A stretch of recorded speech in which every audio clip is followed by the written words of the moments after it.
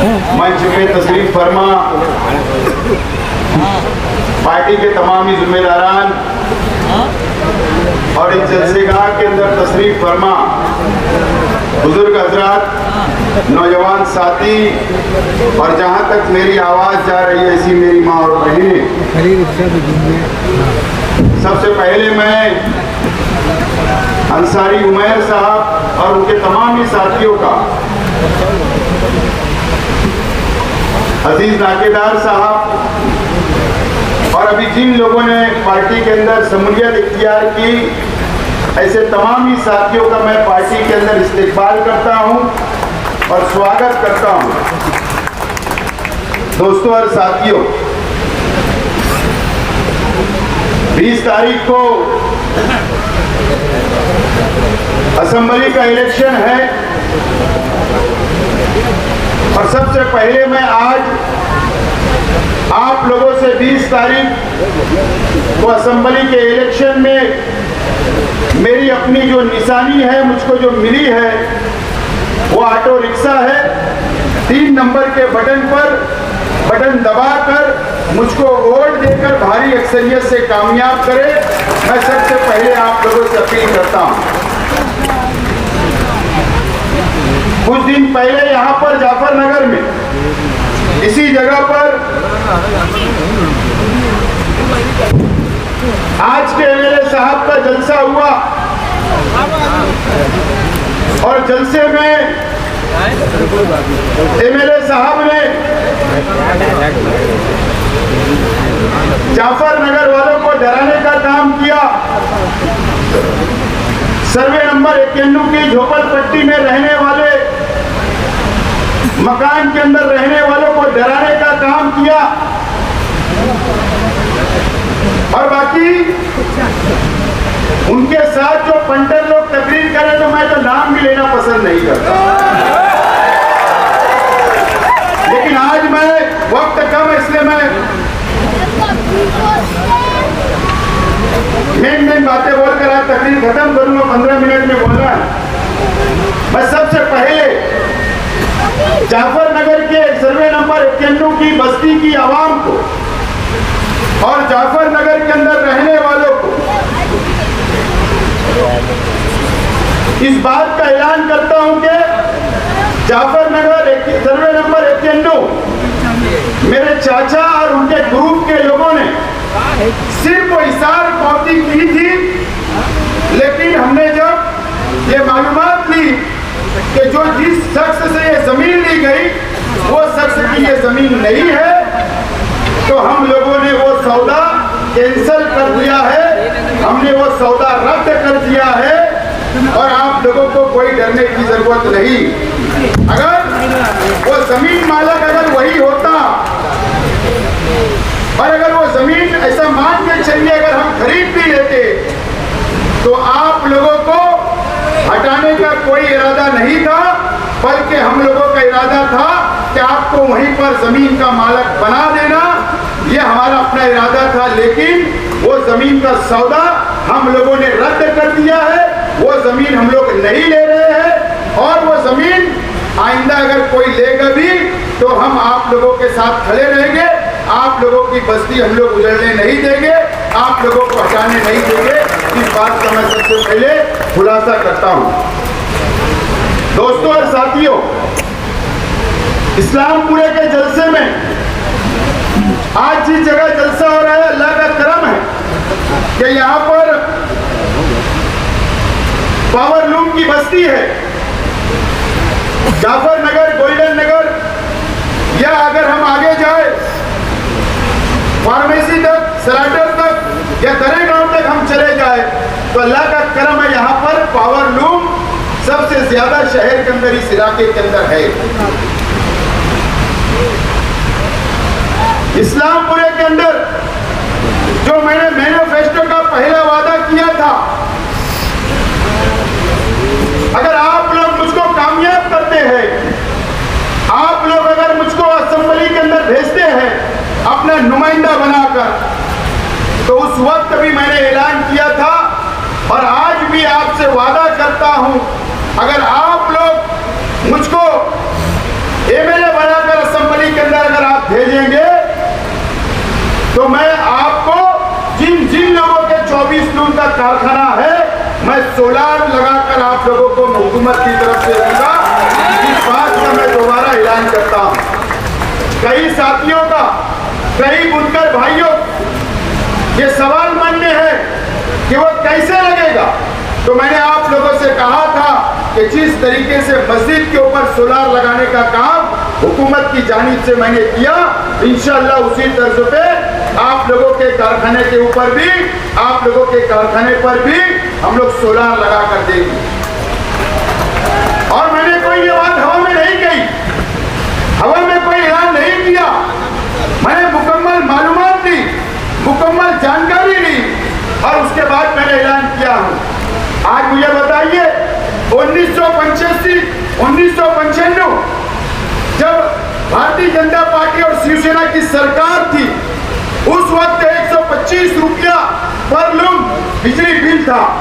उसके बाद हुकूमतें बदलती गई, उसके बाद हम लोग यूनिट के ऊपर आ गए, उसके बाद सब्सिडी मिलने की शुरुआत हुई और आज तक हुकूमत सब्सिडी दे रही है।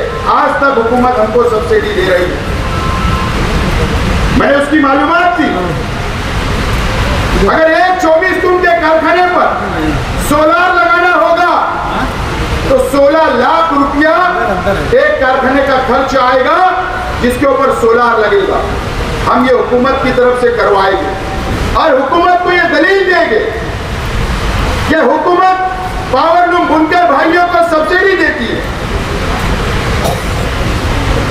और बाकी पैसा बुनकर भाइयों को अदा करना पड़ता है। और जो बिल आती है वो 24,000, 25,000 रुपया आती है।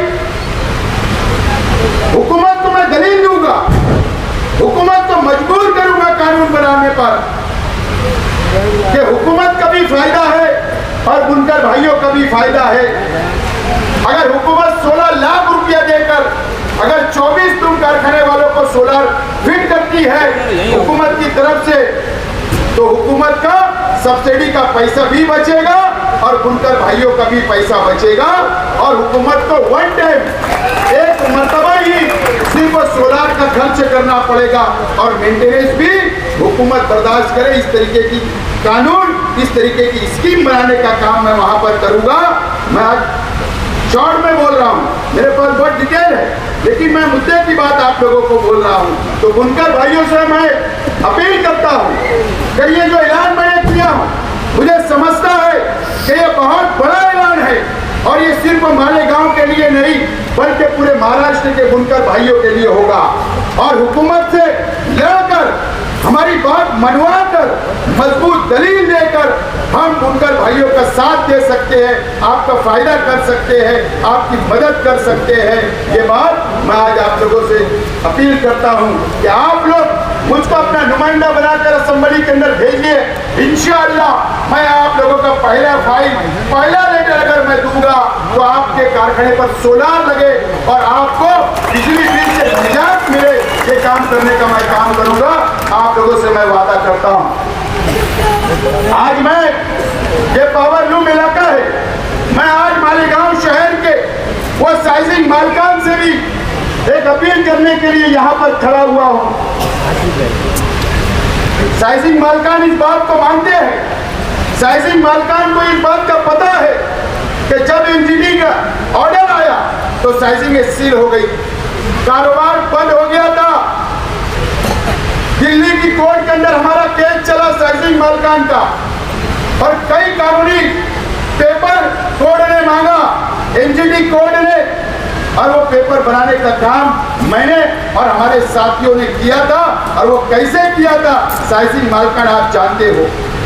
एनओसी कारपोरेशन से हम लोगों ने दिलाई आपको, उसके बाद से एक भी एनओसी आप लोगों को नहीं मिली। आज के एमएलए साहब ने भी लेटर दिया, कोशिश की, लेकिन एक भी एनओसी नहीं मिली। आपका एनओसी का पीरियड भी खत्म हो गया है। लेकिन नुमाइंदा आज के एमएलए साहब मुकम्मल तौर पर नाकाम हो गए।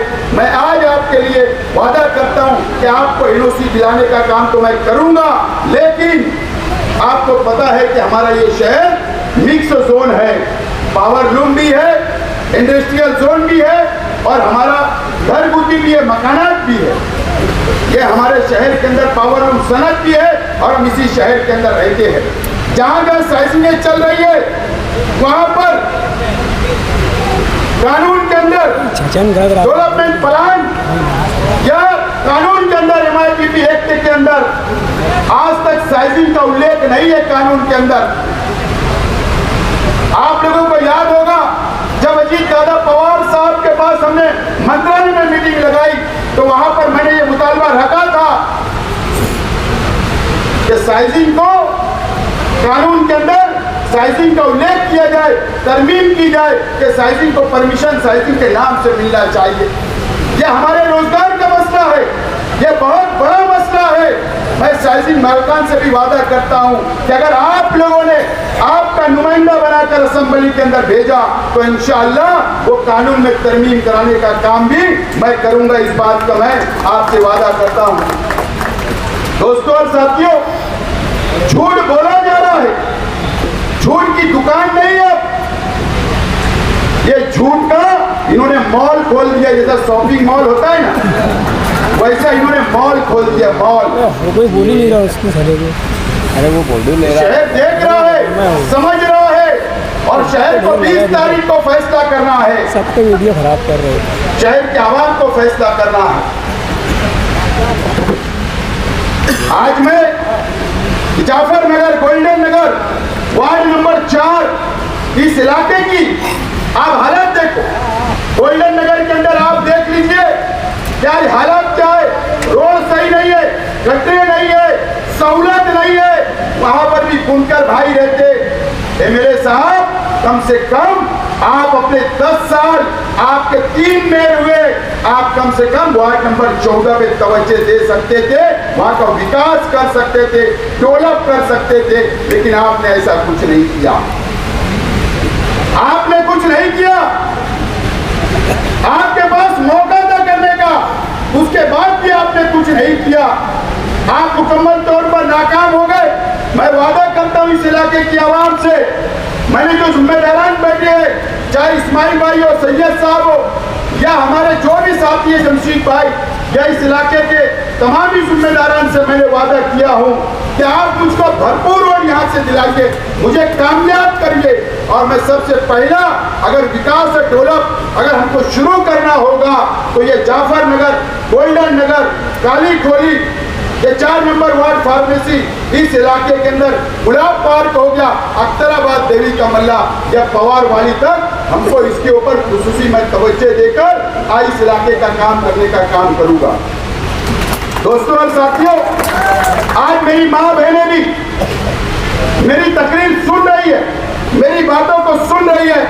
आज मैं मेरी माँ बहनों से सवाल करना चाहता हूँ कि मेरी माँ बहन, आप बताइए कि आपने 2019 में मालेगांव शहर के MLA मुफ्ती इस्माइल साहब को आपने वोट दिया था। मेरी माँ बहने, वोट देने के बाद आप बताइए कि 5 साल आपका सुख और दुख में आए क्या?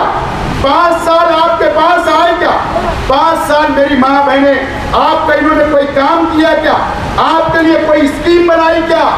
या आपके लिए कोई गार्डन तामीर किया क्या? या आपके लिए जो हॉस्पिटल, सिविल हॉस्पिटल था जहां पर हमारी माँ बहनों का इलाज होता था, वो हॉस्पिटल भी नदिया के उस पार चला गया। MLA साहब, ये नाकामी है मेरी माँ बहने। ये आपको, आपसे दुआएं लेते हैं, आप उनके लिए रोजा रखते हैं, नमाज पढ़ते हैं, लेकिन आपका वोट ले जाकर आज के MLA साहब मुफ्ती इस्माइल साहब भारतीय जनता पार्टी और शिवसेना के पास सौदा कर लेते हैं। इस शहर की माँ बहनों का, वोटों का, इस शहर के आवाम का इन्होंने सौदा करने का काम किया और इन्होंने करोड़ों रुपया रिश्वत लेकर अपना घर भरने का काम किया है।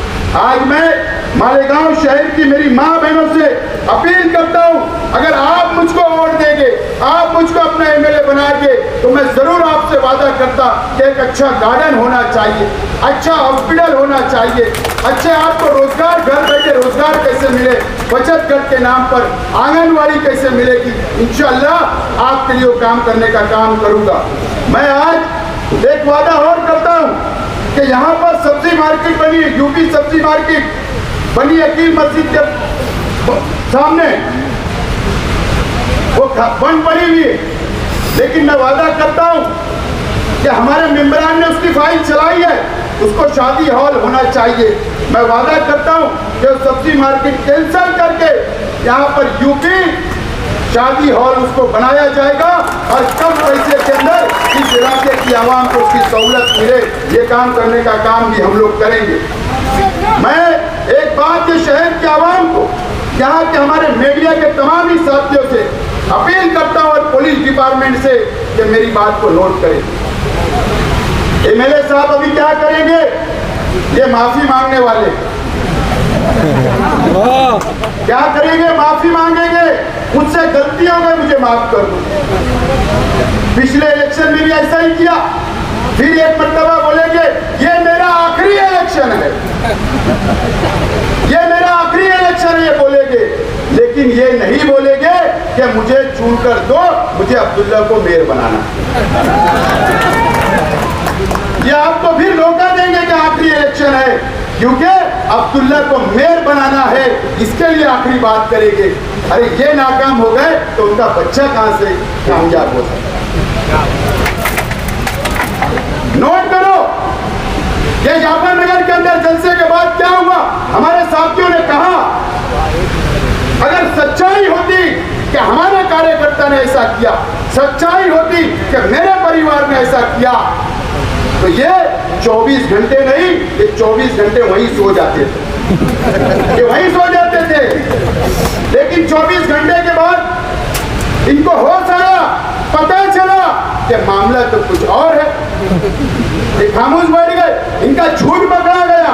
नहीं तो आज मैं हमारे शहर की पुलिस डिपार्टमेंट से मैं अपील करता हूं कि लीजिए प्रेस कॉन्फ्रेंस, बताइए इस शहर को सच्चाई कि वो केस कौन था, उसको मारने वाले लोग कौन थे, बताइए। हम तैयार है, अगर हमने गुनाह किया होगा तो हमें कार्रवाई हमारे पे होना चाहिए, लेकिन पुलिस मुझे लगता है आने वाले दिनों के अंदर ये बातें बताएगी और मुझे मालेगांव शहर की पुलिस के ऊपर पूरा विश्वास और भरोसा है कि वो दूध का दूध और पानी का पानी करेगी। दोस्तों और साथियों, ये शहर के अंदर इस तरीके से और भी पूरे शहर के अंदर इसी तरीके से इलेक्शन लड़ना चाहते हैं। गुरुवार वार्ड के अंदर भी यही करने वाले हैं, हमारे कार्यकर्ता को छेड़ा जाएगा, उनसे जानबूझ के लड़ाई ली जाएगी और इल्जाम लगाया जाएगा मेरे परिवार पर, मेरे कार्यकर्ताओं के ऊपर। पुलिस डिपार्टमेंट से मेरी अपील है कि ये तमाम चीजों पर नजर बनाकर रखे, इस तरीके का पाखंड ये लोग करने वाले हैं, इनकी जमीन खसक गई है। मैं आज आप लोगों से अपील करता हूँ, 10 बज गए, अपील करता हूँ कि आप 20 तारीख को रिक्शा निशान पर वोट देकर भारी अक्सरियत से कामयाब करें और हमारा जलसा जो बड़ा छुट्टा कल आ रहा